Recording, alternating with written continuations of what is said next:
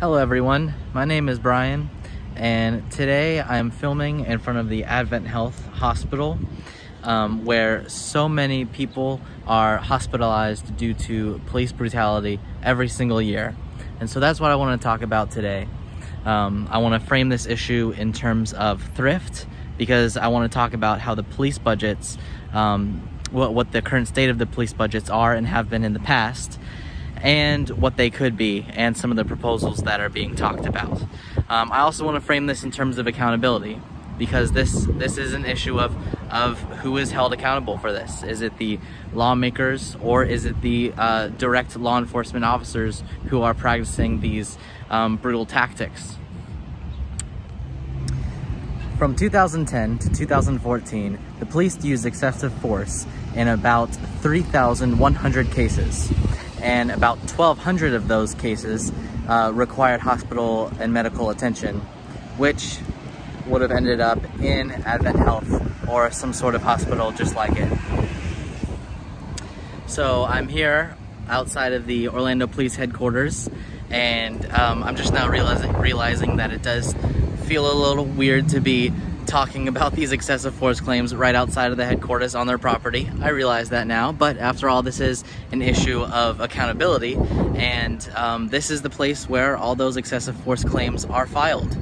And so it's important to hold the police department accountable for this issue. And this is not an issue that can necessarily be solved by the claims that are being filed, because at the end of the day, this is taxpayer money that's going towards this. In 2010, the City of Orlando's police department paid out more than $3.6 million in excessive force settlements. Now, if we compare that to that of the Orange County Police Department, which has twice as many police officers, they only had to pay out $1.6 million in excessive force settlements in that same time period. From 1977 to 2017, the US population grew by about 50%, whereas local police departments on average grew by about 173%. And so there is a major discrepancy in terms of the impact that police is having. We're seeing a lot more over-policing now, and with that comes a lot more police brutality cases. And so really, the only way to combat this is through a complete restructuring of the police department, which we're already seeing in some areas.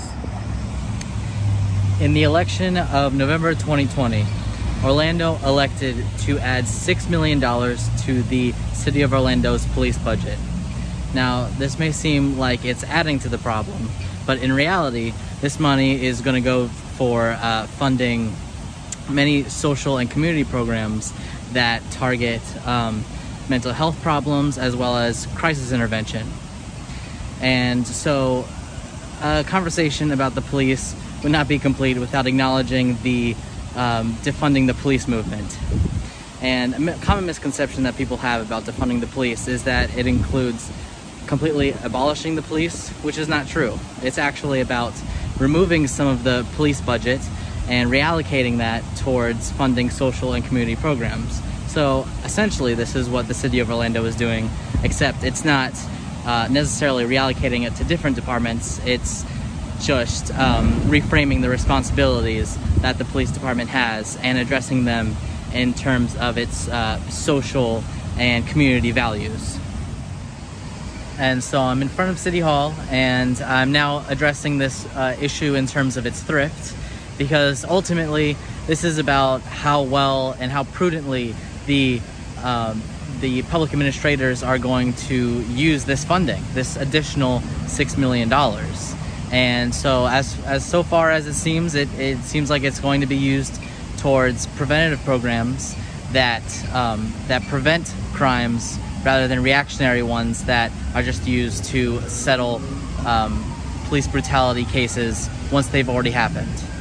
So this seems like a right step in the necessary direction towards equal justice.